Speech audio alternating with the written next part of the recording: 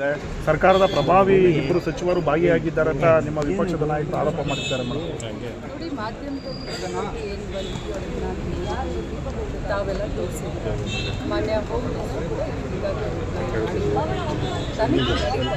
ತನಿಖೆ ಆದಮೇಲೆ ಯಾವ ಪ್ರಭಾವಿ ಎಷ್ಟೇ ಪ್ರಭಾವಿ ಇದ್ರೂ ಕೂಡ ಅದು ಮುಚ್ಚಿಡ್ಲಿಕ್ಕೆ ಸಾಧ್ಯ ಇಲ್ಲ. ಕಾನೂನು ರೀತಿ ಏನೇನು ಕ್ರಮ ಅಲ್ಲ ಮೇಡಮ್, ಯಾಕೆ ಮೇಡಮ್ ಈಗ ಸಚಿವರ ಹೆಸರು ಯಾಕೆ ಬರ್ತಾ ಇದೆ ಅಂತ ವಿಜೇಂದ್ರ ಅವ್ರಿಗೆ ಮಾಹಿತಿ ಇಲ್ದಿರನೇ ಅವರು ಹೆಸರು ಹೇಳೋದು ಸಾಧ್ಯನಾ?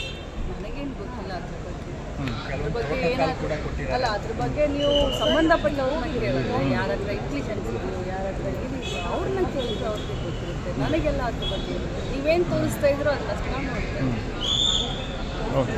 ಗ್ಯಾರಂಟಿ ಸಮಿತಿಯವರು ವಿಚಾರ ಪ್ರತಿಭಟನೆ ಮಾಡ್ತಾರೆ ಸರ್, ಅದು ಒಳಗಡೆ ಮತ್ತು ಹೊರಗಡೆ ಇದು ಮಾಡಬೇಕು ಅಂತ ನೋಡಿ, ಬಿಜೆಪಿಯವ್ರಿಗೆ ಮಾಡೋದು ಕೆಲಸ ಮೊದಲು ಗ್ಯಾರಂಟಿ ನಡೆಯೋದಿಲ್ಲ, ಗ್ಯಾರಂಟಿ ಎರಡನೇದಾಗಿ ಈಗ ಗ್ಯಾರಂಟಿ ಸಮಿತಿಯ ಬಗ್ಗೆ 1.5 ವರ್ಷ ಸಮಿತಿಯನ್ನು ಮಾಡಿ ಇಲ್ಲಿವರೆಗೆ ಕಣ್ಮುಚ್ಕೊಂಡು ಕೊಡ್ತೀನಿ. ಬಿಜೆಪಿಯವರು ನಿದ್ದೆ ಮಾಡ್ತಾರೆ.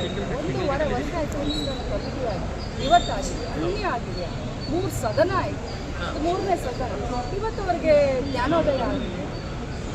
ಸುಮ್ಮನೆ ಒಂದು ಬೆಳ್ಳಿ ನವ ಬೇಕು. ರಾಜ್ಯದಲ್ಲಿ ಅನೇಕ ಸಮಸ್ಯೆಗಳ ಒಂದು ಚರ್ಚೆ ಆಗಬೇಕಾಗಿದೆ, ಬಜೆಟ್ ಮೇಲೆ ಚರ್ಚೆ ಆಗಬೇಕಾಗಿದೆ, ರಾಜ್ಯಪಾಲರ ಭಾಷಣದ ಮೇಲೆ ಚರ್ಚೆ ಆಗಬೇಕಾಗಿದೆ, ಯಾವ್ಯಾವ ಪ್ರಾಂತ್ಯಗಳಿಗೆ ಅನ್ಯಾಯ ಆಗಿದೆ ಬಜೆಟ್ ಮೇಲೆ ಅದರ ಮೇಲೆ ಚರ್ಚೆ.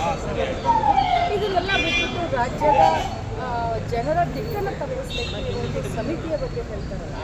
ಮಹಾರಾಷ್ಟ್ರದಲ್ಲಿ ಗ್ಯಾರಂಟಿಗಳನ್ನು ಘೋಷಣೆ ಮಾಡಿ ಲಾಡ್ಲಿ ಬೆಹನ ಇಲೆಕ್ಷನ್ಗಿಂತ ಮುಂಚೆ 2 ಕಂತನ್ನು ಹಾಕಿದ್ರು. 42,300 ರೂಪಾಯಿ, 2,100 ರೂಪಾಯಿ. ಈಗ ಬಂದ್ ಮಾಡಿಬಿಟ್ಟಿದ್ದಾರೆ. ಲಾಡ್ಲಿ ಬೆಹನ ದುಡ್ಡನ್ನು ಕೊಟ್ಟಿಲ್ಲ ಎಲೆಕ್ಷನ್ ಆದಮೇಲೆ. ನೀವು ಕೇಳ್ಬೋದು. ಅದ್ರ ಜೊತೆಯಲ್ಲಿ ಮಹಾರಾಷ್ಟ್ರ ಮಂತ್ರಿಗಳು 4 ಜನ RSS ಕಾರ್ಯಕರ್ತರನ್ನು ಆ್ಯಸ್ ಎ ಪಿ ಅಂತ ತೊಗೊಂಡಿದ್ದಾರೆ. ಅವ್ರಿಗೇನು BJP ಪಗಾರ ಕೊಡ್ತಾ ಇದೆಯಾ, ಪೇಮೆಂಟ್ ಮಾಡ್ತಾ ಇದೆಯಾ, ಅಥವಾ ಮಹಾರಾಷ್ಟ್ರ ಸರ್ಕಾರ ಪೇಮೆಂಟ್ ಮಾಡ್ತಾ ಇದೆಯಾ? KS ಆಫೀಸರ್ಗಳು ಪೇಮೆಂಟ್ ತೊಗೊಳೋದನ್ನು ಅವ್ರು ತೊಗೊಳ್ತಾ ಇದ್ದಾರೆ. 4 ಜನ PAಗಳು RSS ಕಾರ್ಯಕರ್ತರು.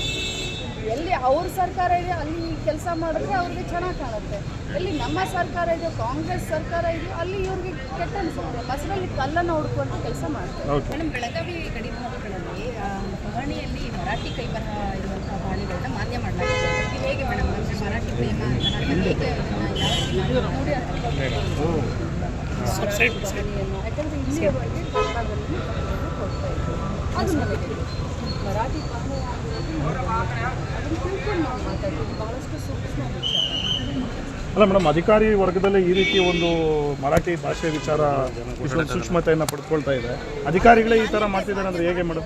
ನಾನು ಅದ್ರ ಬಗ್ಗೆ ಏನೂ ಗೊತ್ತಿಲ್ಲದೆ ನಿಮಗೆ ರಿಯಾಕ್ಟ್ ಮಾಡಿದ್ರೆ ಅದು ತಪ್ಪಾಗಿದೆ. ಯಾಕಂದರೆ ಇವತ್ತು ಏನೇ ಘಟನೆ ಬೆಳಗಾವಿಯಲ್ಲಿ ಆದರೂ ಕೂಡ ಅದು ಲಕ್ಷ್ಮೀ ಹೆಬ್ಬಾಳ್ಕರ್ ಅಂತ ಹೇಳಿ ಗುರುತಿಸಬಹುದು.